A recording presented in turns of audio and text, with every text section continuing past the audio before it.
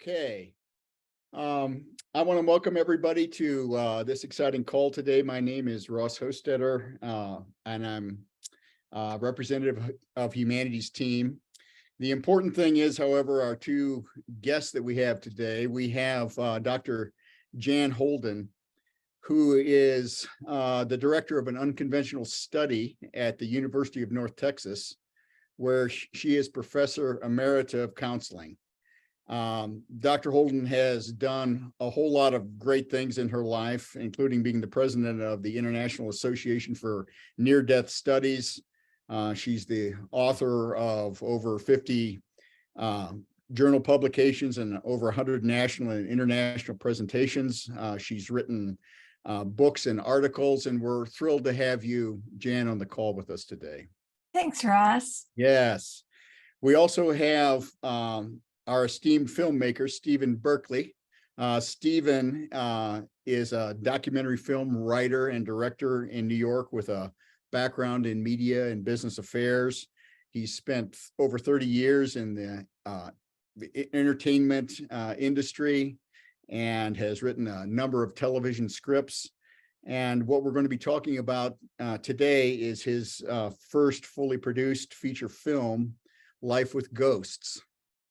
And I just want to say, Stephen, I've watched your film now twice, and it is a beautiful documentary that does a lot of things. It tells the story of a woman, Karen Beardsworth, who lost her husband, Kevin, in a sudden and dramatic way, and their two daughters, Jessica and Stephanie, and all of whom have been in the grieving process for about 17 years.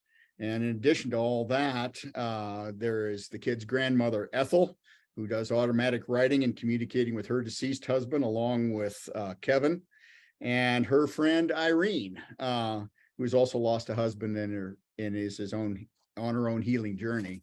But what I also want to tell folks that are on the call about the film is that it's far more than just a story of these individuals.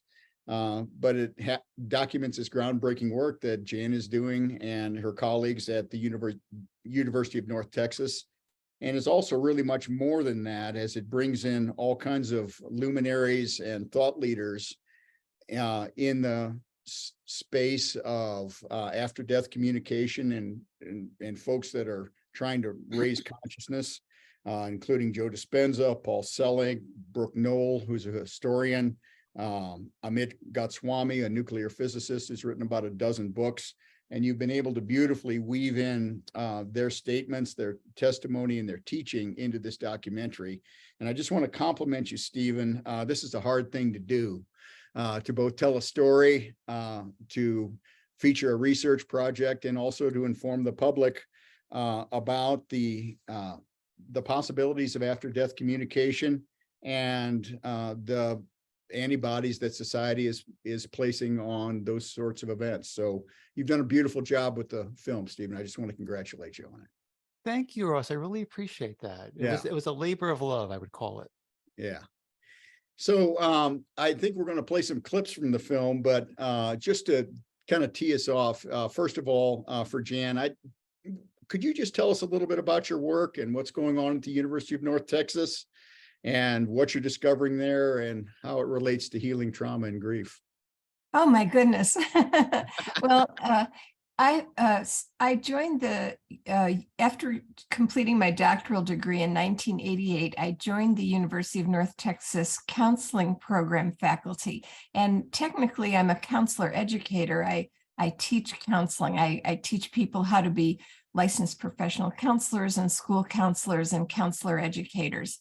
But a professor's job involves not only teaching and service, but also research. And so my research agenda for 31 years, the 31 years I was on the faculty there, was primarily near-death experiences and related experiences, because in near-death experiences, people perceive their body, their consciousness functioning outside their body. So there's an out-of-body experience. They often encounter deceased loved ones. So there's after-death communication. They often encounter beings that are not of the material world, like most frequently is this being of light that is an all-knowing, all-loving entity with whom they communicate.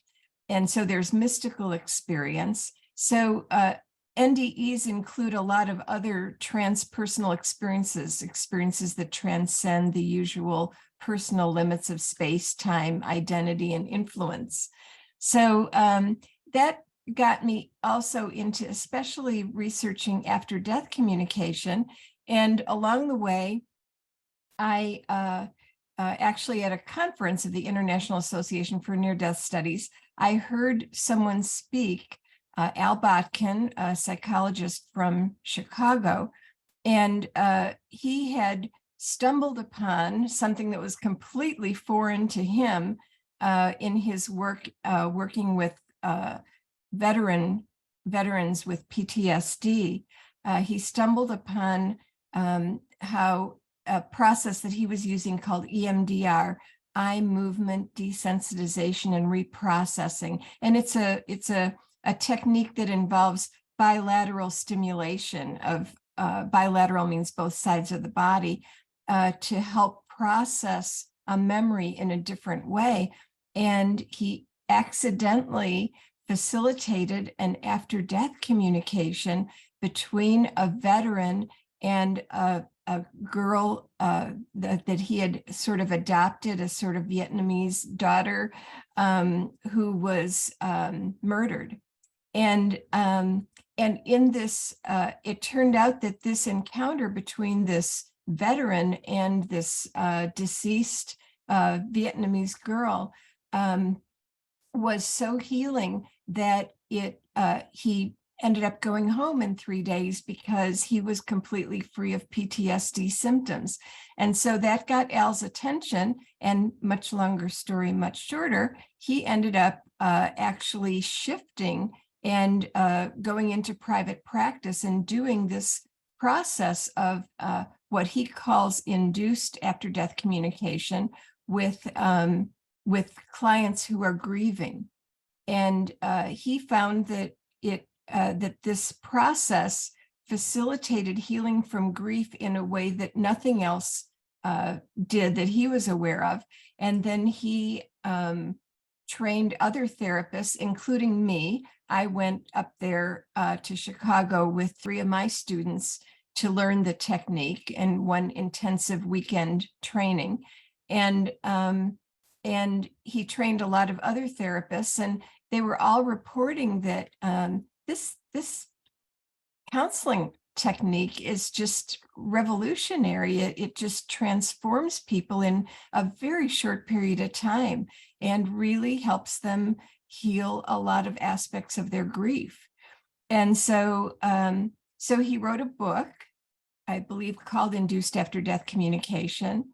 And there's an organization based in Chicago that they have a listing of therapists who do this approach across the US and actually now around the world. So at UNT, the problem was that we had all these reports from clients and from therapists, but they're anecdotal reports. And so what we did at UNT was the first sort of standard research project where we took grieving people and divided them into 2 groups. And one group got induced after-death communication, the other group got traditional talk therapy for grief. And we found that IADC was significantly more helpful to people. And in just a matter of 2 sessions, 1 week apart, 2 90-minute sessions, 1 week apart, we assessed people before the first session and then after the second session. And the IADC people had significant improvement with a huge clinical effect, which anybody who knows research knows that this is unheard of, that a technique can have this powerful influence on people in such a short time. So that's kind of it in a nutshell. If I've glossed over something that you want more detail about, feel free to ask. Well, I think we want a lot of detail on all of it. Yeah, just to say, I think that you're amongst friends here when we're talking about this. I have had a near-death experience, and I've also had after-death communication. So we can get into that just a little bit more. But thank you for that summary. And one of the reasons why we wanted to do this is that it's such an exciting. Oh, it looks like Ross's video froze up. Either that or he's just very good at being still. He went into a meditative state very suddenly. Yeah, it looks like he may be logged off and is going to come back on. In the meantime, I could just say, Jan, that was a great summation. You kind of put everything, you wrapped everything up really, really well. And of course, Ross, I'm sure, is going to ask you details about everything. Yeah. I'm especially interested to find out that Ross had his own after-death communication. He didn't reveal that to me when we spoke for the pre-interview. So I'm very interested in that. Yes, me too. Me too. While we're waiting, I'm wondering if you were to go into detail about anything that you just uncovered, I could ask a question while we're waiting for Ross. Okay. I would ask, well, this after-death communication therapy, is it really, are people really speaking to their deceased? Or is it some kind of simulation? What's happening there? Mm-hmm. Well, I can say that what people experience, they perceive to be absolutely real. So that's, and I think that people's subjective experience is the most important thing to honor. Now, there is, I think, a legitimate question about, is this just imagination or that sort of thing? And the best way that I can answer that is that there are cases of veridical after-death communication. That means that the person during the ADC received information that they could not have known about through any normal physical means and is later verified as accurate. And I'll come back to why this is important, but I'll give you an example or two. One man, his name is John. His last name is Wigglesworth, actually. It's his real name. His father died. John was an adult. His father died. And his father had told him a few years before his passing that he had bought a little handgun and was keeping it up in the top shelf of his closet. And he wasn't telling anybody about it except John, not even his wife, because he didn't want her to be worried. But he wanted it there for protection. And but that if anything ever happened to him, if John would please remove it from the house. So John, after his father's passing, he was over helping his mother clean things out. And he thought, oh, this is a perfect opportunity. So he goes to the top shelf of the closet and he can't find the gun. Well, long story short, he looked everywhere, the safe deposit box, his father's car, his father's office, his darkroom, his everything. He could not find it anywhere. And he just figured, well, maybe Dad got rid of it and just didn't think to tell me. So a few nights later, he has this experience while he's asleep. And I'm not going to call it a dream because when people have these experiences in sleep, they don't have the same characteristics as our normal dreams. They're real. They feel absolutely real, both during and once the person wakes up. Normally when we wake up from a dream, we think, oh, that was, even though it felt real at the time,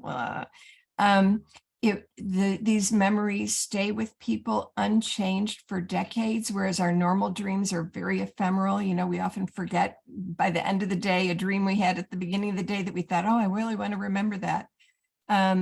And they just don't have the kind of wild and crazy features of our normal dreams. And there are other differences, but anyway, they're not like normal dreams. So he has this experience while he's asleep, and he's in this experience, he's in his parents' home. He's going down the stairs into the basement, and he hears his father calling, like he said, kind of like off screen, and saying, yeah, go downstairs. And he's saying, but Dad, I looked down here. It's not here. And Dad's saying, no, keep going. go down into my dark room. And John says, but Dad, I looked in your dark room. I looked everywhere. And his dad says, no, keep going. Go across the room to this cabinet, pull the cabinet away from the wall, and you'll find the gun lodged between the cabinet and the wall. And so John does that in the dream or in this night sleep experience, but then he wakes up in the morning and remembers this and thinks, that can't possibly be. But then it's bugging him. So he decides, okay, he's going over to his parents' house. So he says, Mom, okay, if I look around in the basement? She's like, sure, like whatever. So he goes downstairs into the dark room to the cabinet, pulls away from the wall, and there is the gun lodged between the cabinet and the wall. He is absolutely sure his father never told him this, never told him that he had moved it. And so people have found like missing documents. I know a case of one man whose father died and they couldn't find his insurance policy. And he had a living ADC where he saw his father, and his father said to him, go to my nightstand, open the top drawer, and up underneath there, I've taped it up there. So it's a place that like, who would ever look there? And so he does, he goes there, he opens the drawer, and there he finds the insurance policy. Another woman found an important document in a closet that was hidden under some boxes and shoes and things, and that she got the information from her mother who had passed. So the reason I'm going into all the detail about this is that these experiences feel just as real as the ones that don't have content that can be verified. But these veridical cases lend credibility that if we feel the experience to be real, it very well may be. So back to what happens in the IADC sessions, about 3/4 of people who go through IADC do have a sense of connection with the deceased loved one, that they're there because they're grieving, and sometimes encounter other people as well. I had that experience actually, but it just feels absolutely real.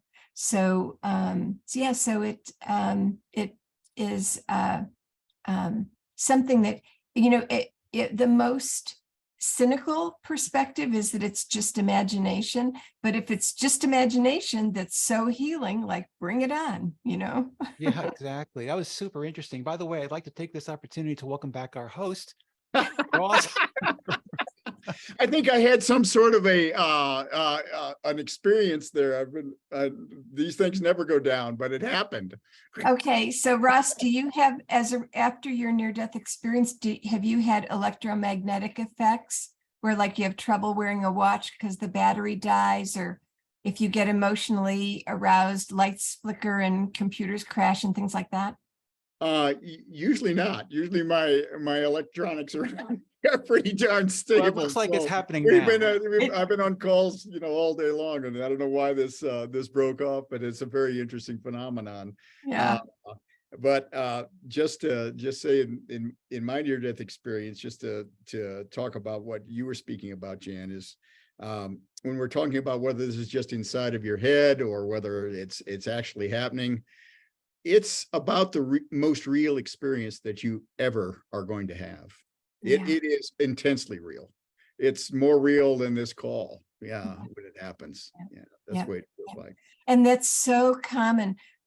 NDEers often say it was realer than standing here talking to you, or it was realer than real. Mm-hmm.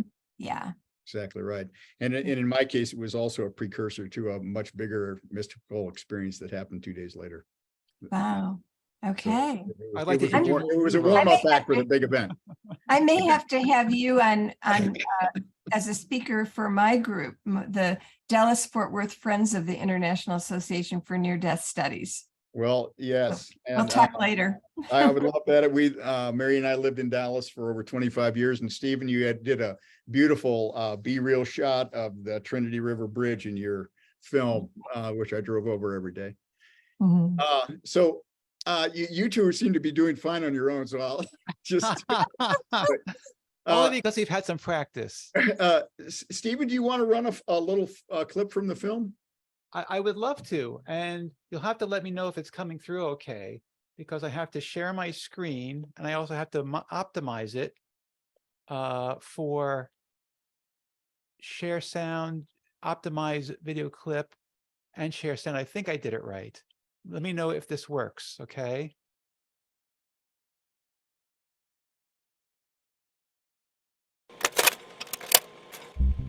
That whole year after I found out what happened was just a blur. I don't remember it. I think maybe subconsciously I suppressed it because I didn't know how to deal with it, or I didn't want to accept what had happened. But she was a mess. She really just was.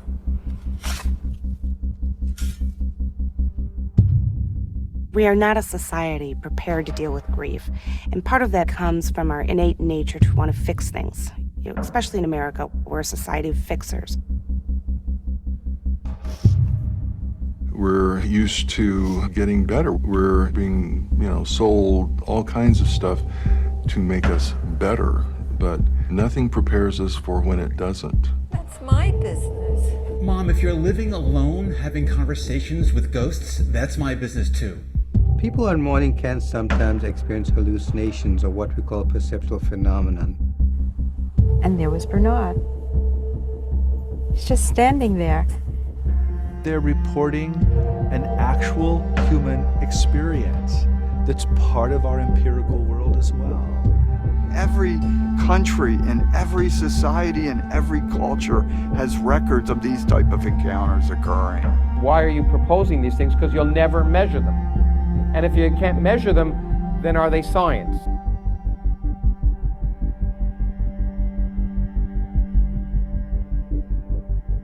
This is more of a dimension that I'm not comfortable with. If people don't want their own view of reality shaken, I think we should not push them beyond that.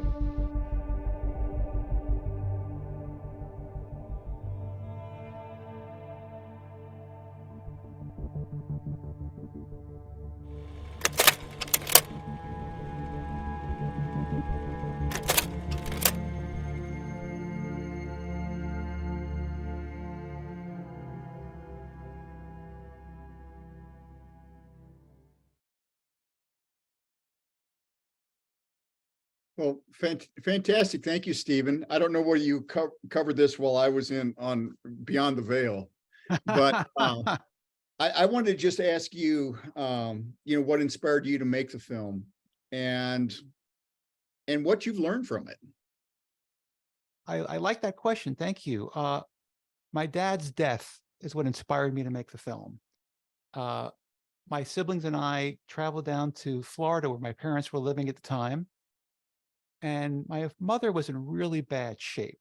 Physically, she had been very healthy, but now that she was kind of in shock, she was seeming to go downhill pretty quickly. Again, it wasn't like a health-related going downhill, but she was in such despair. She became completely disoriented.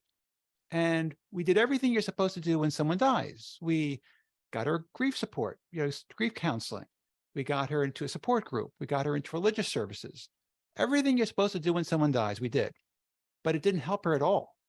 And then I did a little bit of research in desperation to see what other services were available around town. And it turns out this was it. The conventional services were very limited and they were notoriously ineffective. So I was like, how could this be? How could grief support be so poor in our country? But it was. Thank goodness my mother had a very cute, sweet neighbor named Ethel. And she came over the house and she said to my mother, Irene, we don't talk about this a whole lot, but I do something to help me with my grief. I correspond with my late husband. Every night at the same time, I write him a letter. And you know what? It really helps me. And then she leaned in really close to my mother and whispered and said, and he writes back. My mother was not in a place where she could digest this. She completely rejected the concept. She threw Ethel out of the house. but I was tickled with Ethel. I thought, how interesting. I don't know what this woman is doing, but I want to know more about her and her process. So I followed her back over to her house, and Ethel proceeded to show me a stack of yellow legal pads.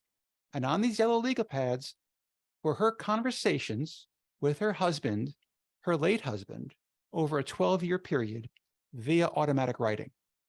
I had not heard of automatic writing, and I wasn't sure if Ethel was sane even. I assumed she was schizophrenic. That was my assumption. And I wanted to just ask her, I wanted to see just how schizophrenic she was. And so I was basically asked her a lot of questions, almost cross-examining her like a lawyer. And she turned out to be a very grounded, very smart, very capable 80-something-year-old lady who wasn't trying to sell me anything. She was just describing something that she did. And again, I wasn't sure if she was sane, but what she was doing, whether she was sane or not, was terribly romantic. Meanwhile, my mother was having a very, very tough time. So I kind of wanted my mother to get in on the action. I wanted her to learn a little bit of about what Ethel was doing, but my mother was not interested. But I thought, wouldn't it be kind of cool to get a film crew down here and film Ethel's journey and film my mother's journey and juxtapose them and just see what we get?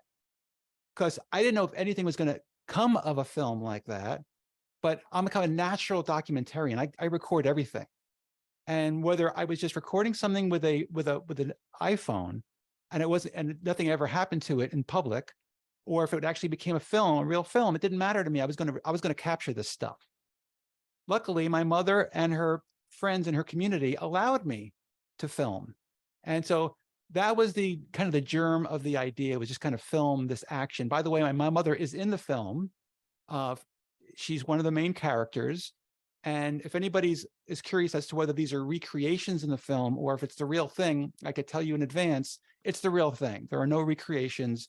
This is me with a camera crew following around my mother and two other widows who were experiencing grief and trying to figure out like how they could invite the unseen into their grief process to help them. Great. Well, it was lovely to meet your mother in the film. Thank you. And is it safe to say that really the heart of this is a methodology for dealing with grief?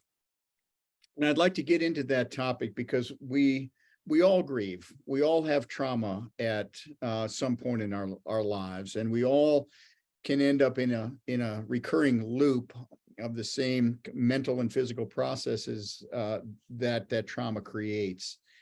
I'm just going to ask both of you, what have you learned about grieving, and what have you learned about healing grief? And what could you tell the folks that are on this call if they wanted to get out of their own grief process or heal grief, what they should do, what they could do over the weekend, and how it works? So that's a whole bunch of questions, and what you found out about interrupting that process with induced after death communication. Well, because Jan is the professor and the counselor, I'm going to let her start. Okay, Jan, you start, and then Stephen, you can come in. Great. Okay, will do. So first of all, when I lecture about grief, I start with the fact that, as you said, Ross, everyone grieves losses, and it's normal. Grief is not considered a mental disorder, even though people can be very debilitated by it, usually for a fairly limited time of days, weeks, or months. But and if they're debilitated for like more than a year, then it's considered complicated grief or prolonged. Thank you. Prolonged grief disorder. That's the new term. Prolonged grief disorder. But that's pretty rare. Most people, after some period of time, they start to rally and integrate the loss and move on in life. And think of grief as being comprised of three main questions. The first question is, where and how is my loved one? Like, what happened to them? You know, where did they go? And what are they doing now? How are they doing now? Another question is, how am I going to go on in physical life without them? How am I supposed to, you know, move on and with this big hole in my life? And then a third question is, are we ever going to meet again, or are we in any way still connected, or will I ever see them again? And after death communication answers two of those questions and lends some answering to the third question. One question that it answers is, where and how is my loved one? Because in after death communication, the person who passed, their presence is clearly felt. And if they're seen visually, which happens sometimes, but not always, there are different kinds of after death communication. They often appear in the prime of life. They're just healthy and happy and at an age when they were just kind of like at their peak. And so the living person gets the definite sense that they are okay, and that they do exist somewhere, although I may not know exactly where. They exist somewhere because they are able to come back and connect with me. And then the third question it also answers, which is, are we still connected? Because if I have communication with them, I am connected with them. And that's actually one of the frequent messages that those who've passed convey, which is that I'm with you. I know what you're doing, and I still care about you. I'm still involved in your life. People who have ADCs definitely have the sense that when they pass, they will be reunited with their disembodied loved one. So it answers those two questions. And then the third question, how am I supposed to go on in life without them, transforms in a way, because I'm not really without them. I'm going on in life,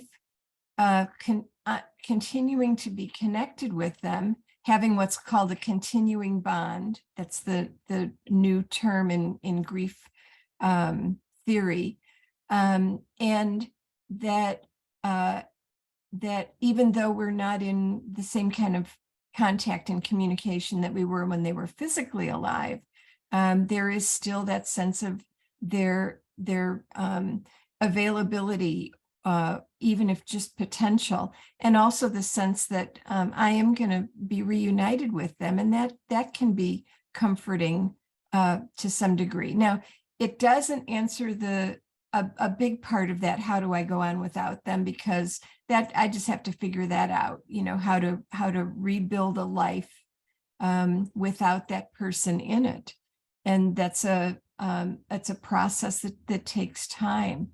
But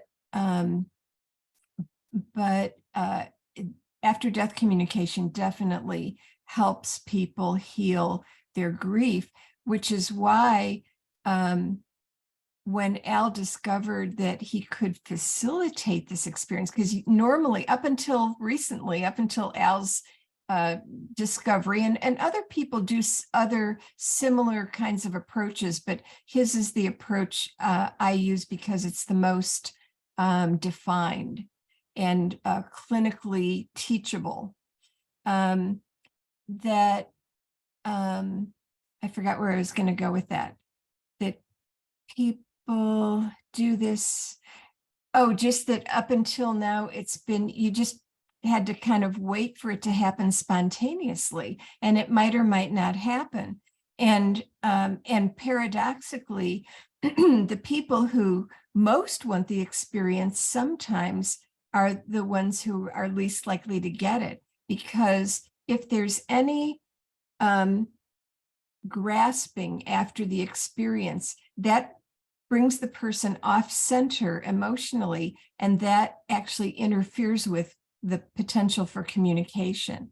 So what's really important is for the person to be in a mental state where they're inviting and open to receive, and open to receive in whatever form of communication the disembodied person can or wants to communicate through, and then wait and be okay with whether it comes or not. And that's asking a lot when I'm really missing somebody.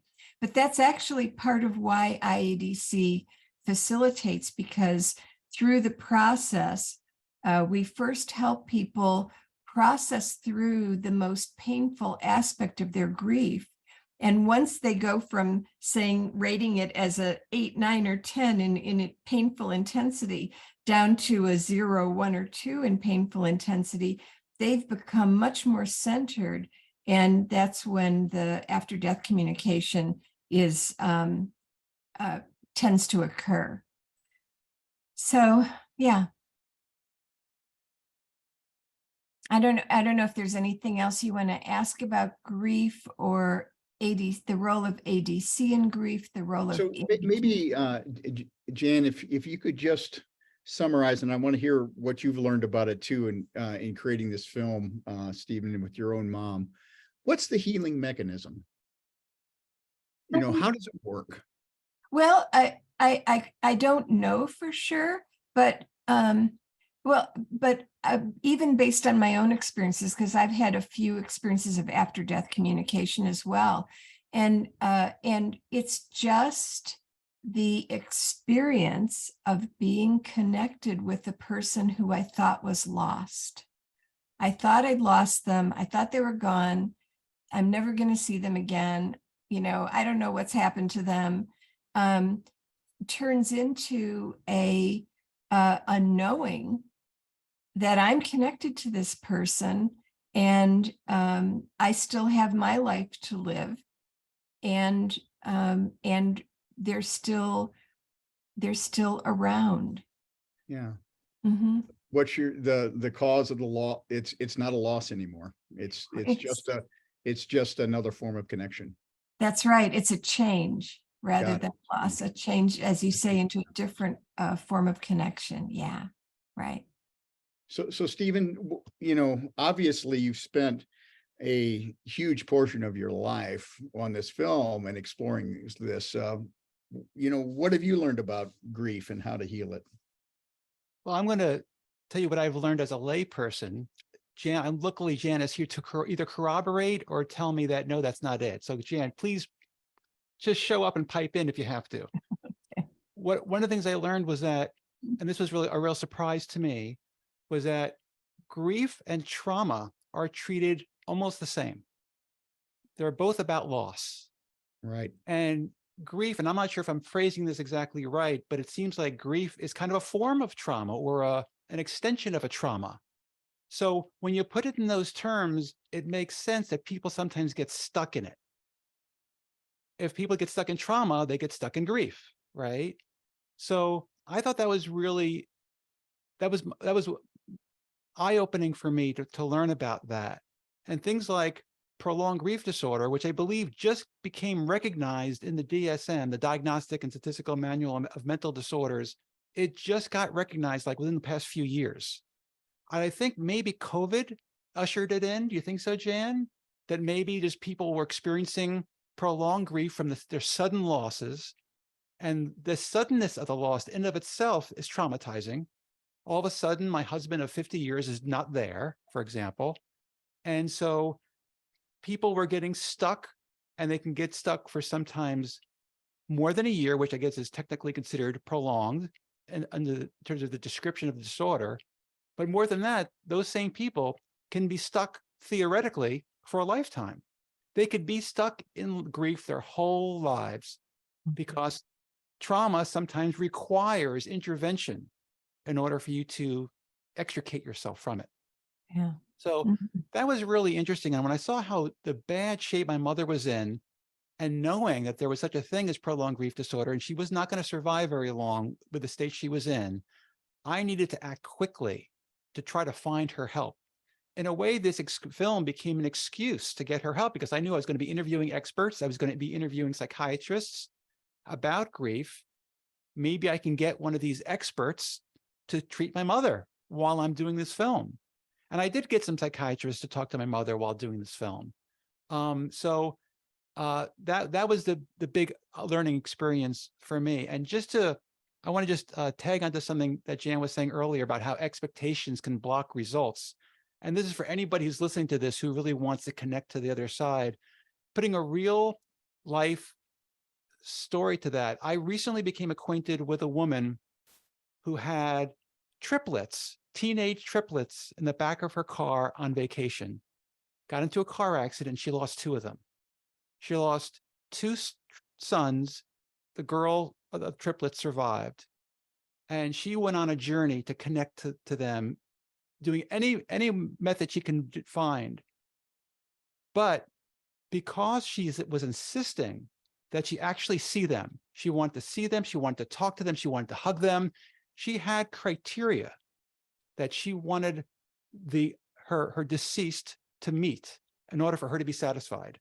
And because of that, she did not get anything. She did not get any indication. She got no signs. She got no validation from any medium or any modality that she experimented with, including IADC. It just didn't happen for her. And I tried to caution her in my conversations with her that you can't make those kind of demands on the universe. You have to just kind of be open to whatever comes your way. And if you can figure out a way to generate that, and then maybe you will get what you want. But you have to have that very open spirit. Gratitude, apparently, if you can generate a state of gratitude, that apparently is very big in the spirit world. The spirit world likes that. If you could generate that generous spirit of your own, then you're more likely to raise your antenna and get to a place where you could have the kind of experiences that we're talking about here. Well, you've opened up some fascinating topics. So, one way to obviously have after-death communication is maybe to go down to North Texas University, go through your program, have it facilitated.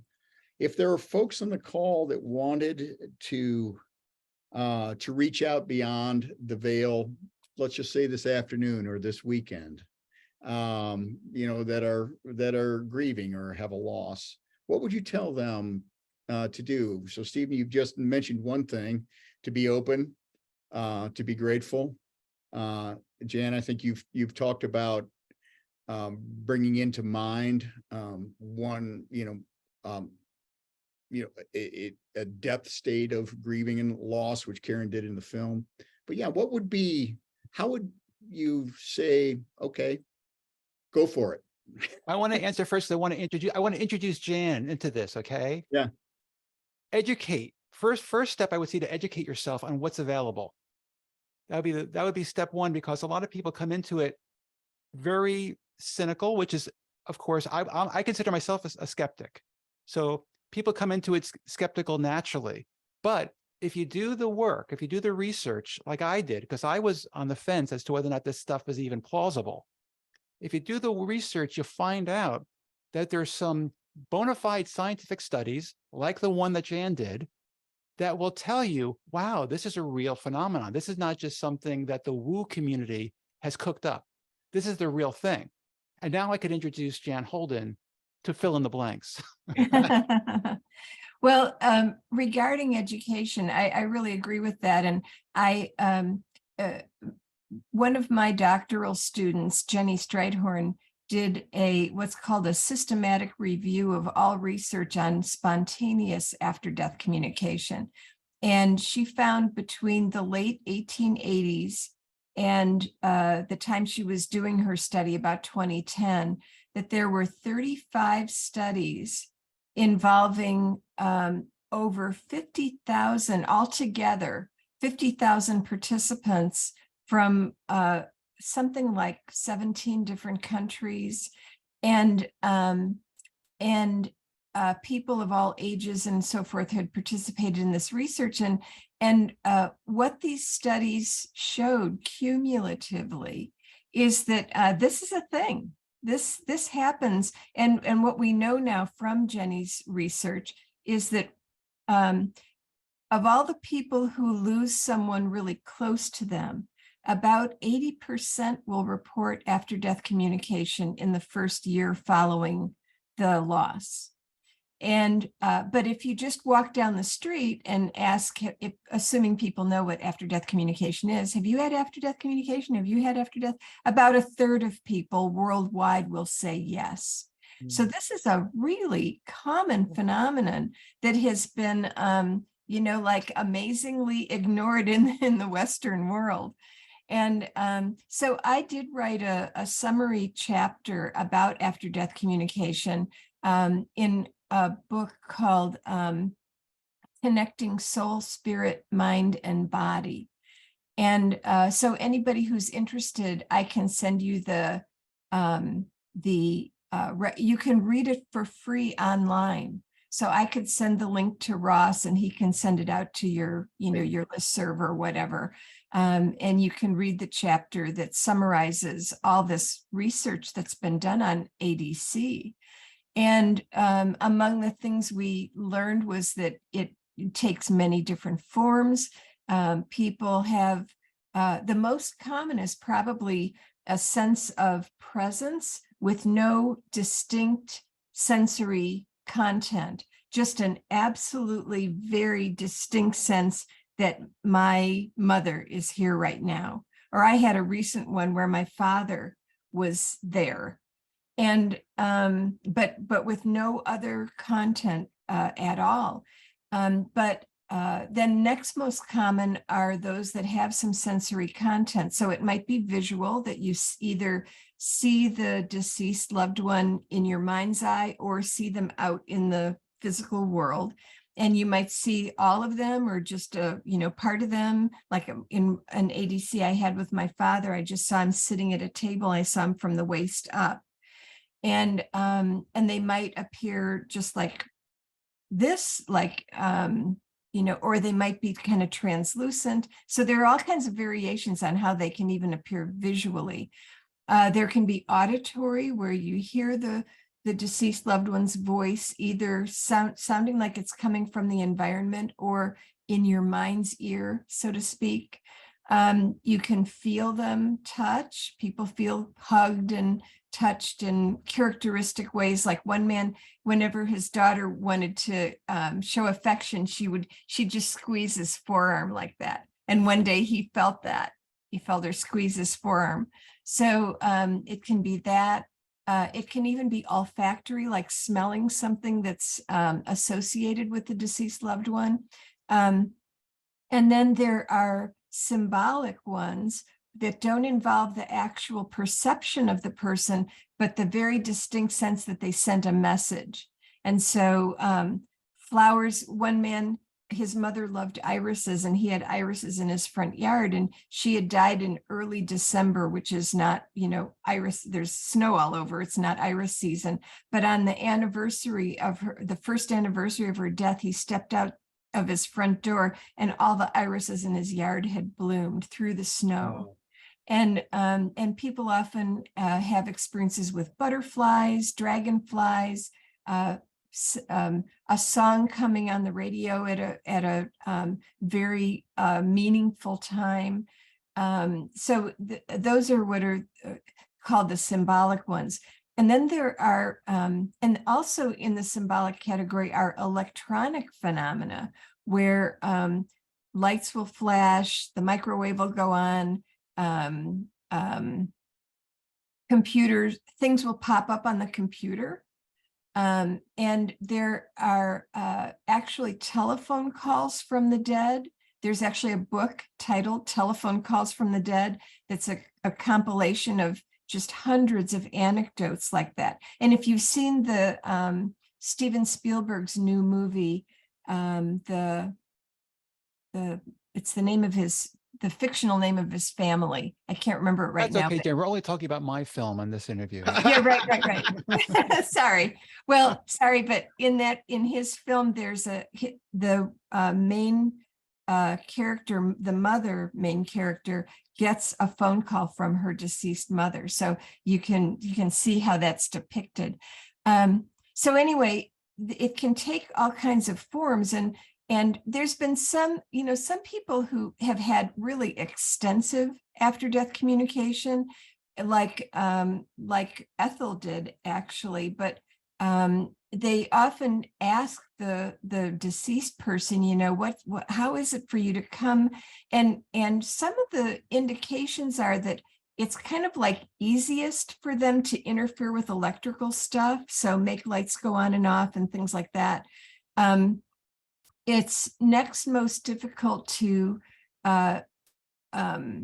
appear physically, or maybe the next most difficult is to implant like a thought or an experience in your mind, then to appear, and then certainly to affect the physical environment, like move chairs and things like that is like the most challenging. But they seem to have a cooperative relationship with butterflies, dragonflies, cardinals, and other birds that often play a role, and can do things like leave coins and all those sorts of things. So so they can just happen in all kinds of ways. And so that's why it's important for someone seeking after death communication to be open to receive a message in whatever way the disembodied loved one is able to send it. Because they often talk about how we're in physical life, we're energetically kind of low. And once you leave your body, your energetic level goes up, and trying to get those to connect so that there's communication is challenging. So that's why we need to be centered so that we're able to raise our vibration, so to speak, and they need to lower theirs in order to interact. So I do have one suggestion. Okay, great. Yeah, because most ADC seems to occur when people are asleep. And so, and again, I want to emphasize that these often, or I'm going to say virtually always, have a different quality than normal dreams, but somehow being asleep seems to facilitate our openness and ability to, raise our own vibration. We're not distracted by the physical stuff and that's going on when we're awake and that sort of thing. So there's this process called dream incubation. And that is where, let's say I'm the person that wants ADC with someone in particular. As I'm lying in bed, about to fall asleep, I invite the disembodied loved one to visit me during my sleep in a way that I'll be able to remember. Mhm. And beyond that, any way that they want to appear or do something, because like an ADC I had with my mother, it was like a dream, except that it was like a story that made perfect sense, but she was nowhere to be found in this thing. And yet I knew it was from her. And it was only like 20 years later that I figured out, like in this flash of insight, like, oh my gosh, that's it. And I got why she communicated in that way. So just be prepared to receive in whatever way the person can, and also that you're open to getting the message when you're awake, but to kind of make the request as you're falling asleep at night, when you're relaxed and focused and not distracted by other things. Great. Well, thank you for that explanation. There's so many juicy things that we can get into. I have my own stories to tell that correlate with yours, and I do want to potentially get into those. But one thing I want to make sure that I cover, and going back to what Stephen said just a few moments ago, is he started with research. And one way to understand that is that in order to receive this sort of communication, we have to clear up our rational or conscious mind or convince it in some way. And the film spends an awful lot of time dealing with what I would call the antibodies to the experience that are in culture. One of those antibodies is in science that essentially says this is just not real. It cannot be real. And if you think that it's real, you have a serious mental condition that you should either get therapy or drugs or maybe electroshock, therapy to clear your mind of this, because it is not real. It is not possible. So that's one. It also talks about antibodies from religion that essentially say, this direct experience is just not something that we're going to authorize, and it shouldn't be looked for. It should never be sought. And I thought, interestingly, Stephen, the antibodies that were sitting in normal people, two of the main characters, even the real people in the story, both Karen and your mom, had to work through tremendous interior antibodies in order to be able to receive. So I guess research is one way to do it. Calls like this or another. But can we talk just a little bit about the social antibodies, that modernism puts out and the religions put out, because they're significant and Ross, it's my favorite topic. All right, we hit your favorite topic. Thank God. What really got the fire under my butt was when I took the film crew to my mother's grief counseling session, and the grief counselor said, Irene, this is a kind of denial. And is this really how you want to process your grief, by denying that this actually happened to your husband? And I'm thinking to myself, while I'm sitting there directing the crew, and I'm listening to this grief counselor, and I'm saying, oh my God, this grief counselor, who is in a very strong position helping people, does not realize that the research has already been done on this topic. Not only has it been done, but it's in that Diagnostic and Statistical Manual of Mental Disorders that I mentioned earlier. Right. It's like the handbook for psychiatrists and psychologists, that every psychologist should have this in their office. It's their desk reference. In that book, it says these experiences are common and they're more often than not helpful to the bereaved. So why is this grief counselor discouraging my mother from going in this direction? Then I found out that it wasn't just this grief counselor, but it's a number of them. I can't say most, but it just seemed like a lot of people are a victim of this societal suppression, the antidotes that you're talking about. And that's just their mindset. They haven't done the research because they haven't even thought that it's sane enough of an approach to open a book or to go on the internet and say, okay, there are studies that have already been done. And my favorite is Dewey Reese. That was the first study that I came across, because he was a physician in the 1970s who went into Wales and asked one question of a population of nearly 300 widows and widowers. That question was, what is helping you get through grief the most? And he discovered that the answer was, at least with half the people, getting a visit from my deceased. That's what's helped me get through it. And that was a big surprise to him. And then he went and did a very, very detailed, very intricate study where he dismissed from the population that he was sampling anyone who had any doubt that this was a real experience, anyone who had the experience while they were in bed, because that could be mistaken for a dream, anyone who had any kind of history of mental disorder. He dismissed all these possible candidates and said, okay, now I have a very clean sample of very sane people who seem very credible. What's your experience? And I think it was 47% of those people. And the research Jan quoted earlier, I should say, from Jenny Street Horn, was that between 1958 and 1998, there were 9 studies. That's 40 years, 9 studies where they sampling bereaved widows and widowers. And on the low end, 47% was reporting an experience like this. on the high end, it was 90%. That's most people, most of that population. Yeah. Most of the population of widows and widowers are making contact. Right. So again, the film started out as this little comparison between two widows' journeys and how cute they were. Mhm. And then it became something a little bit more heated because Mhm. I was coming across a disconnect in our culture. Mhm.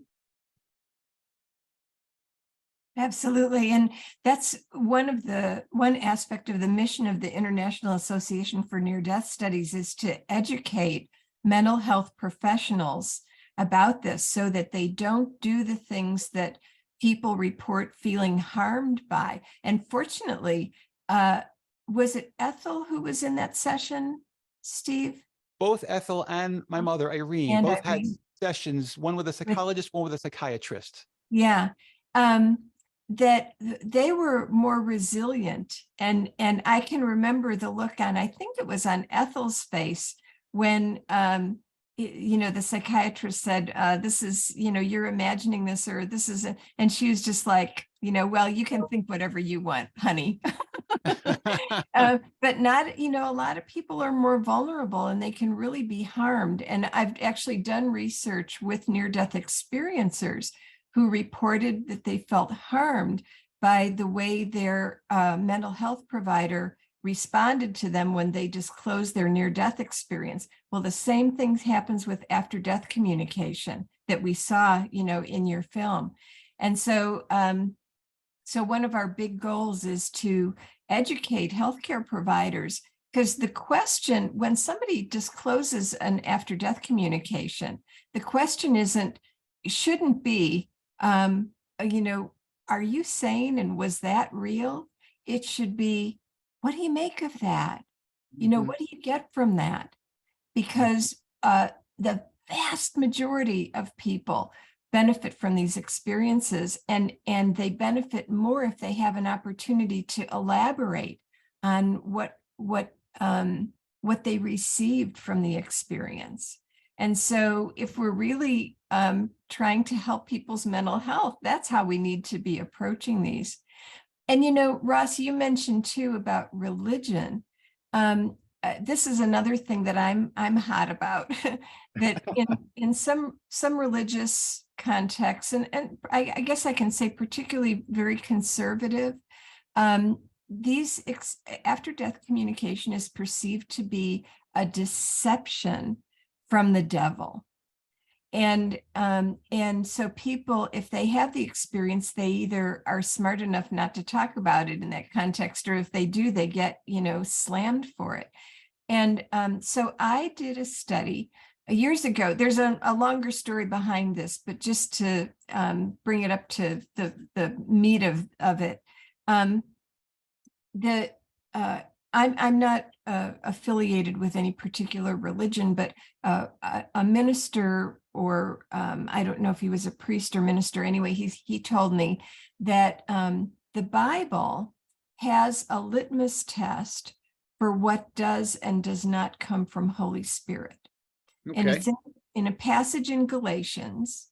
And the passage says that if the outcome of something is love, joy, peace, patience, kindness, goodness, faithfulness, gentleness, self-control, then that something came from Holy Spirit.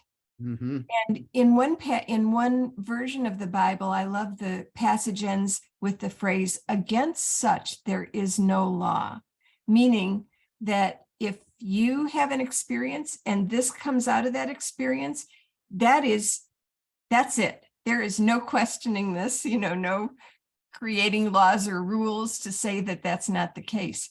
So I actually did a study of people who had after-death communication. Now, I didn't tell them anything about the Bible or anything like that. All I said was, if you've had an after-death communication, if you've had only one, think about that one. If you've had more than one, choose the one that for you was the most meaningful for whatever reason, and have that one in mind. And then answer these questions for me. what effect did that experience have on your sense of love? Did it strongly increase it or somewhat, or no change, or somewhat decreased it or strongly decreased it? And what effect did it have on joy, your sense of joy, your sense of peace, your sense of patience? So I went through all of these are called the fruit of the Spirit. Right. And that was it. And then I said, thank you very much. And then I tallied all their responses. So if you can imagine a spreadsheet where all their responses from strongly increased the thing to strongly decreased, it's like this. It's like the vast majority of people have a strong increase in these spiritual qualities. Looks like we lost Ross again. So these experiences contribute to people's mental health. They contribute to their sense of spiritual well-being. And according to the litmus test of the Bible, they come from Holy Spirit. So the argument that there's somehow deceptions from the devil just doesn't hold water by the very authoritative text that people are referring to when they make that reference. Now, I will hasten to say that in that same passage in Galatians, there is a prohibition against what's called necromancy. And necromancy is consorting with the spirits to try to manipulate earthly events. So like trying to, make it so that I win a war or win the lottery or something like that. That's like prohibited. And I think what's happened is that because both necromancy and after-death communication involve communicating with the disembodied, they've gotten conflated, put together like erroneously. Because when people have after-death communication, they're not seeking to change anything in the physical world. They just have this spontaneous visit with their loved one. And it's and the purpose is for their comfort and relief. So it's just not the same thing as necromancy, but I think it's gotten confused by people who aren't looking closely at the differences between the two. So anyway, that's my take on the prohibition against ADC in contemporary religion. So I think Ross is absolutely right. The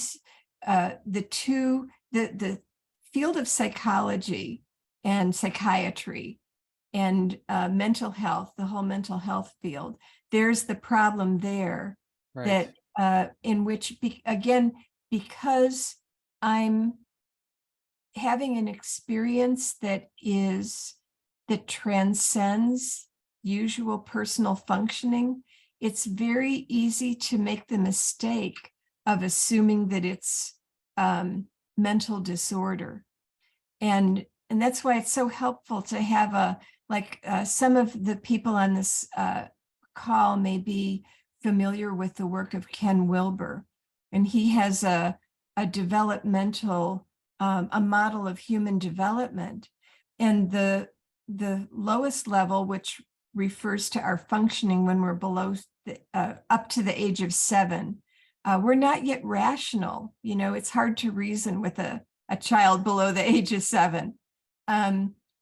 And then around the age of 7, something shifts in us biologically and we become capable of rational thought. And then rationality dominates our functioning. Well, there's actually levels of development beyond the rational that again go into domains but instead of being pre-rational, like not yet capable of rational thought, these are trans-rational. They're experiences that happen while we retain our capacity for rationality.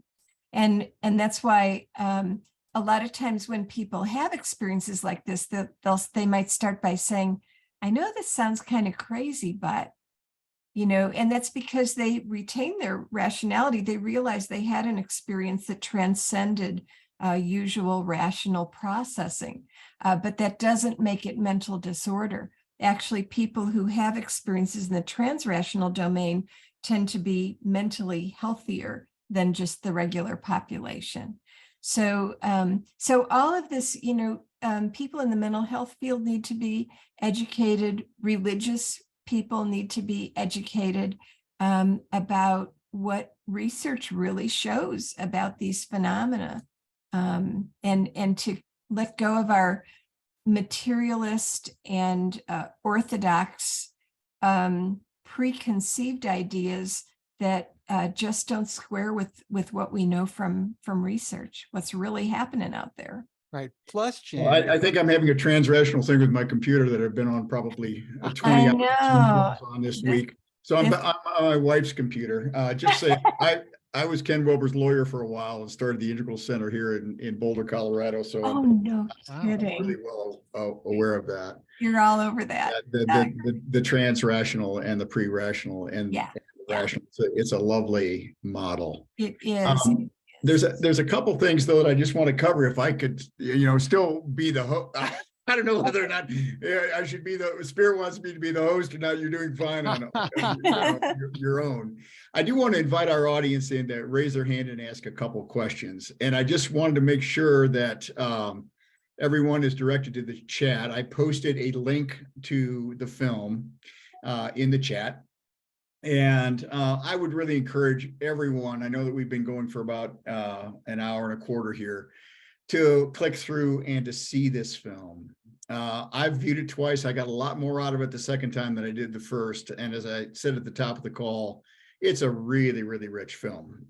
We haven't even talked about Joe Dispenza yet, or quantum physics yet, or anything like that. All that is in the film. And Stephen is it's an award-winning film. Stephen is attempting to raise some money, and I don't want to speak for you, Stephen, but you basically have a deal with PBS where this is going to go out to millions, and you need to edit it down to an hour format. I don't know how you're going to do it because it's complete, whole, and perfect the way that it is, but nonetheless, that's something. And so for the next 4 days, people that are in Humanities team and have received our Facebooks and emails are on this call can click through, watch the film, and I think it's $15 to do that, which will help you out in the effort. So we want to support that, and it is really well worth that. So I want to make sure that that's happening. The link is in the chat and also in the materials that have been sent out about this. And Life with Ghosts is the URL. So if you go to lifewithghosts.com, you'll be able to get that link you're talking about. Right. So I just want to open it up to the audience, and I will start as an audience member. When you're talking about the commonality of these experiences, they have happened to me. They happened to my mom after my dad died. She had an immense sense of his presence, putting his arms around her, loving her, healing her, and it was, and I did too. When my dad died. One of the things, I'll just share one experience. We had one when our pet died, where suddenly a song came on the radio spontaneously, "The Road to Shambhala." This old Three Dog Night song, which was just a beautiful song, just coming out of nowhere. 50 minutes after, our Three Dog Night. Yeah, exactly. But the experiences, I think, in my case, have been immensely healing. I know that in the after-death communication I had with my dad, it all happened the night prior to when I was to give his eulogy in the church, and he was a big public figure, and that place was packed with all of his business associates, political associates, and everything like that. And I had a huge transmission from him, which was basically saying,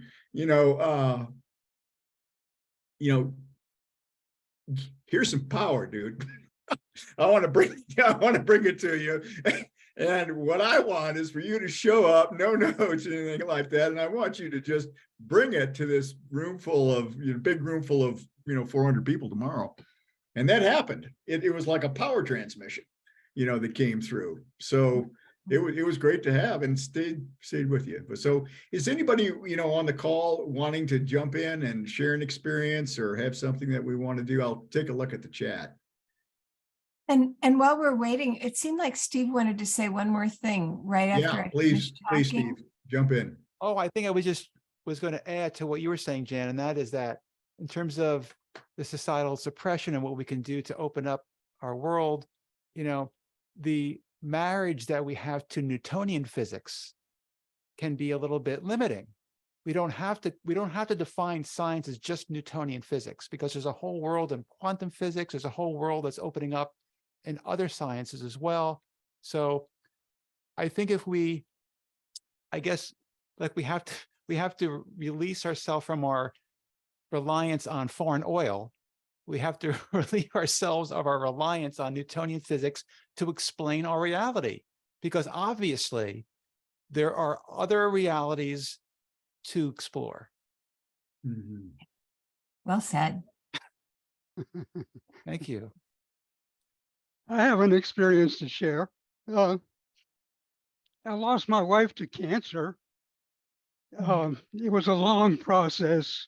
Her body was racked, and it was almost a blessing to be relieved of the pain and all of that. But so it wasn't a traumatic, sudden experience. I was prepared for it. But the big question, her body was so wrecked that the decision was she would be cremated. And so my decision process, well, what do we do with the ashes? Put it on in some crematorium or some niche on the wall somewhere. Anyway, the next morning, or very soon in the morning, she came to me and said, no, that's not what we decided. Well, what we had decided was she was a Girl Scout leader, and she took many Scout groups hiking up Pikes Peak. And we had talked about going back and hiking up Pikes Peak, but I assumed that was she was imagining recovering, and that in life, we would go back and share the hike. But no, that was that was not the correct understanding. I had these ashes, and I was trying to figure, what do we do with the ashes? And so my two sons were of scouting age, so it became obvious that the appropriate thing to do was to living in Vermont at the time, but make the trip to Colorado. We had relatives in Oklahoma, so it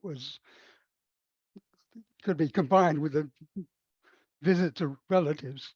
So we carried those ashes to Colorado, and then up the mountain. Found she had spoken of a personal spot on the mountain, her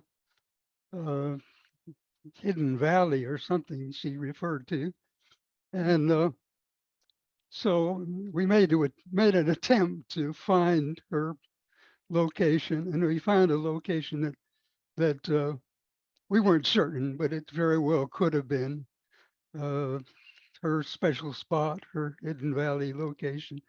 And so we deposit the ashes there, and mission accomplished. It was a So was there an experience that you had with her? Wonderful venture and all. While doing all that? I'm sorry? Was there an experience that you had with doing all that, or it was just the instruction from her to take this trip? Well, the only communication that I was aware of was that early after her transition in the morning, I was just in the process of waking up, and she came to me very clearly that that the intention was that her ashes be returned to the Great. mountain, Great. which we proceeded Good. to accomplish. So good. Say, I wanted to just take one question from the chat and then open it back up again. We've got, maybe 8 more minutes. I think Elizabeth has asked, what does Joe Dispenza have to do with this? Joe Dispenza is featured prominently in the film. And Stephen, maybe you could just talk to what Joe added to the film and his insights. Well, Joe does a lot of work with the unseen in terms of, and he does all kinds of, he goes around the country doing these like summits where he invites people to kind of go into this trance state and heal whatever like malady has been impacting them. Now, he's not the kind of researcher, he's not a professor. I think he's the only non-PhD in the film, but I like the way he communicates. I like, ever since he did What the Bleep, was a movie that he did, and something he talked about in that film went viral. And he was talking about something along these lines. He was talking about how he creates his day when he first wakes up in the morning, and then when he's in that kind of state of mind where he's half asleep, half awake, he makes a decision how he wants his day to go. And he's apparently been very effective at creating his day. And when I saw that, and I know how well he did in that film, I decided that, well, I want Joe Dispenza in my movie because he just communicates ideas very, very clearly. He's a mainstream guy. So I took this one non-PhD and I gave him a microphone and I said, okay, Joe, talk about this topic. And he spoke about grief and he talked about quantum physics very well, I thought, in the film. Yeah. Yeah, I think that one of the takeaways that from that particular interview is the fact that along with psychology being able to now embrace the research on after-death experiences and other transpersonal experiences, translogical experiences, science itself at its very base is realizing that the core way that the universe operates is operating on principles of connectivity and action at a distance. So that's one of the things that he brings in terms of causation and how things work. All right, well, we're pretty much we said we're going to stop at 90 minutes. We've got about 5 minutes left. Jan, is there any concluding comments that you'd want to make? And I'll ask the same question. I think you're still muted, Jan. Thank you. Thank you. I want to poke fun at Steve for thinking that we didn't have enough material to talk for an hour and a half. When actually it's more like, oh, we only have 5 minutes left. Oh. Well, I don't know that I have anything major to say, except that if anyone is interested in trying to find someone to do induced after-death communication, to go to Al's website where they have a listing of certified, people that he's trained to do induced after-death communication, and they're from across the US and around the world.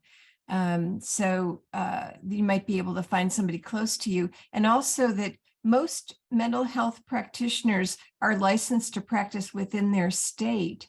So if you can even find somebody in your own state, a lot of people will do this virtually. And you might wonder, because I mentioned that there's bilateral stimulation involved. When we do it in person, we tap the backs of the client's hands, bap, bap, bap, bap, bap, bap, like that, in this rhythmic bilateral way. And then the person closes their eyes and then has whatever experience they have. Well, how are you going to do that through telehealth? Well, you actually can tap yourself.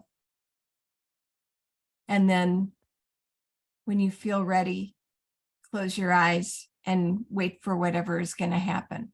So there's a way to do it virtually. Great. All right, Stephen. So why don't you close up so you can, and I want to learn a little bit more about tapping and how that breaks it up. We may not have time to cover that on our on our call. So is there any closing comments that you have? I'm going to take the last two, well, I'll take 2 minutes of the last 3 minutes to just share the answer to this question, which I get all the time. Some people are offended by the word ghosts in the title. Right. Some people won't even see the film because it has the word ghost in the title. Bill Guggenheim, who wrote the book Hello from Heaven, wouldn't see the film because it has the word ghosts in the title. So I want to just give a brief explanation. Please. I purposely wanted to make a mainstream film. I wasn't looking to try to just appeal to my camp. Right. So I wanted to make a film that would appeal to the mainstream, and ghosts, the topic and the word is a very popular, appealing word to the mainstream. Right. It has multiple connotations. There are people in the film who literally are having experiences with phantoms, and there are people in the film who are figuratively having a relationship with their late husband in terms of just feeling haunted by his memory. Right. So because it has multiple connotations, that word, it felt very fitting. If anything, it's used figuratively in the film because the protagonist is having a figurative relationship with the memory of her husband. So that's my explanation. Lastly, I thought Patrick Swayze did a terrific job of defanging that word. He was a very appealing ghost. So I thought it was safe to use for that reason. Apparently, for a lot of people, it's not still. But anyway, forgive me, and please forgive the film's title and see it anyway, because I think you'll like it despite the title. Yeah. Well, I can certainly affirm that it not only is a healing experience, but a wonderful learning journey as well. And a great storytelling that you have done. And those 3 layers, education, storytelling, transmission, it's hard to do, Stephen. You did it. Thank you. So I'll just close by encouraging everybody to see the film, and anybody we have, I think it available here for about 4 days until Monday, the 17th. So click through, have a look, and then we may have some conversation subsequent to this they'll talk about the film and where we might go with it next. Great. So I want to thank the 2 of you for showing up today. I want to apologize for all of the very ghostly things I've had with this brand new $4,000 Mac that I just bought to be able to do these. It just didn't want to seem to work today. So nonetheless, so thank you for putting. Thank you, Ross. And your absence gave me and Jan a chance to riff. So thank you. God, get me out of the thing, and everything's going to go. All right. So I think we're going to close up with that. Thank you so much, everybody, for stopping in. And thank you. And thank you, Dan and Stephen, for being on the call, and for everyone else that's joined us today. Great. Okay. Bye-bye.